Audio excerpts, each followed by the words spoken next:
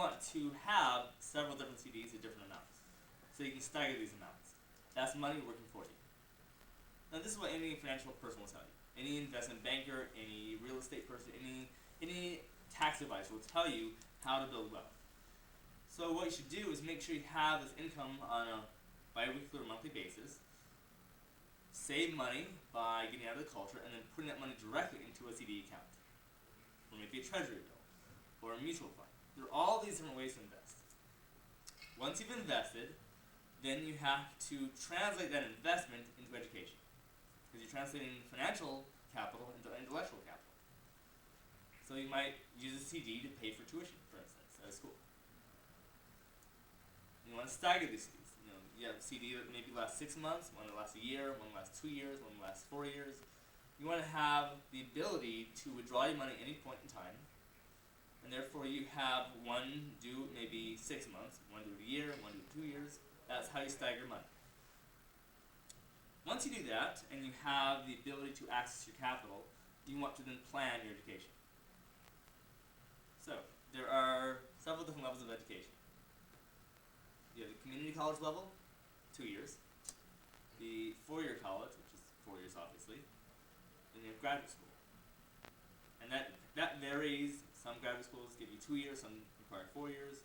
Then you have the PhD. I advise, if you're going to plan your education, plan 5-year increments.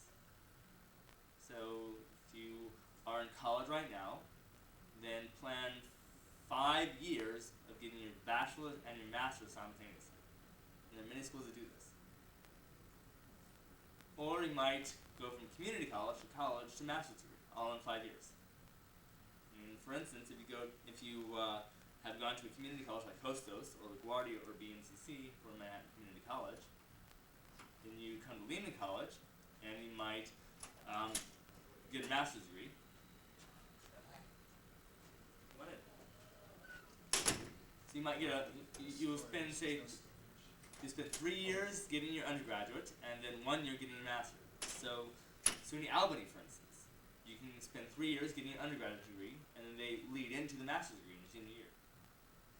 So you want to maximize the productivity of your time at these institutions. Then once you get to the master's degree, you want to go and get your professional degree. Now, that means you want to either apply for business school or law school. You might want to get a master's in computer science or go to medical school. Now, that will require a significant financial investment. And that's why you have to invest early in CDs and other high-yield savings accounts. So you should plan first to go through college as quickly as possible and then go for your higher degrees right after that. Now, a lot of people take a couple years off because they want to pay back loans and other debts, and then they go into their graduate program. But what you want to do, ultimately, is in your college years, in your high school years, you want to develop the organizational skills to start a business even in college. That way you don't have to work for someone else. You can have income that you generate that will then translate into your graduate program. So successful business owners, they start in maybe the freshman or sophomore year of college. They have money coming in. They save that money, then they go into law school after that. So here's where we get to the interesting part. You want to be in a position where you have at least 3 professional degrees. You have your master's in a subject, so you can teach. You want to have a law degree, so you can understand the legal aspects of your business. And you want to have a business degree, so you can understand how to plan your business. Now, every business has the same cycle. 5-year plans, 10-year plans, 15-year plans. They do strategic thinking over the long term.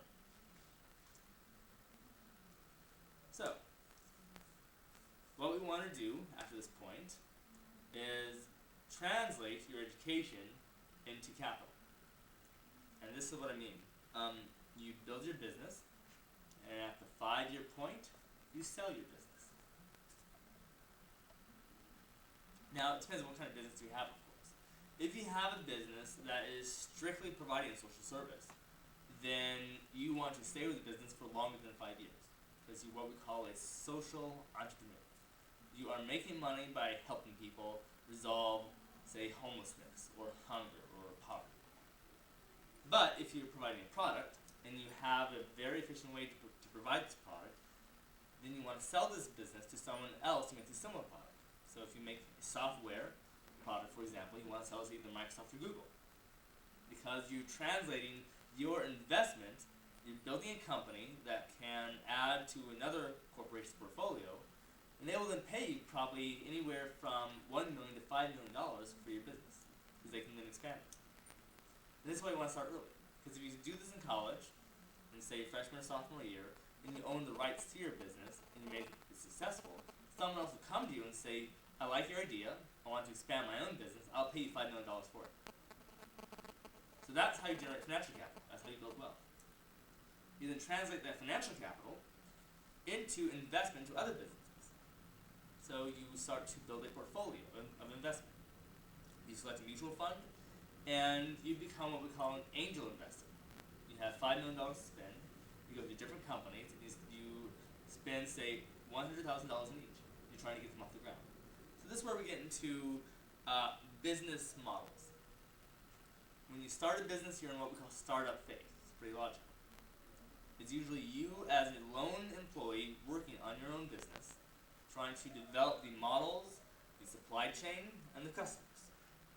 Now by that I mean you're trying to find out what people need, and you're trying to get it to them on a regular basis. Once you get past the startup phase, then you start to hire employees. You are at the stage where you are telling people, I have a good job, and I want to hire you. Now, you do not want those employees to stay with you forever.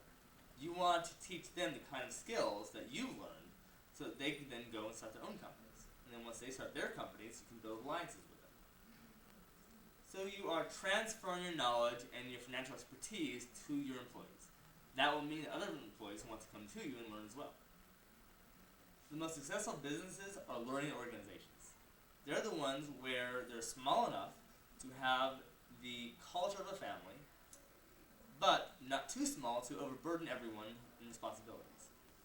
In the most successful businesses, people wear multiple hats. So one person might be a salesperson at one point, and then they might shift during the day and be a marketer, and they might shift during the day again and be in research and development, helping to improve the product. So, the best types of businesses are small businesses. They're either sole proprietor or limited liability. But they must be small because once they reach a certain level of income and employment, you're required to spread the risk. Now, for most small businesses, this isn't an issue. But once you reach about $1 million in income or 50 or 100 employees, you are required to go public, have an initial public offering. This is what Google faced back in 2004. It had reached a certain number of employees and a certain level of income that required it to spread the risk. Now, here's a problem with spreading the risk. Once you spread the risk, you no longer own the company. You hand the keys of the company over to what we call shareholders. And the shareholders then go to the board of directors. You, as the originator, no longer have a say in the direction of the product that your company offers. You lose power, essentially, and the power is spread to everyone else.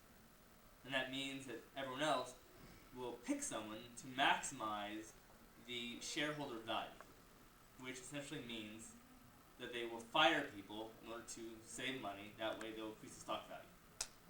This is what we see all the time with current corporations. The more people they fire, the higher the stock, and the higher the value to the shareholders.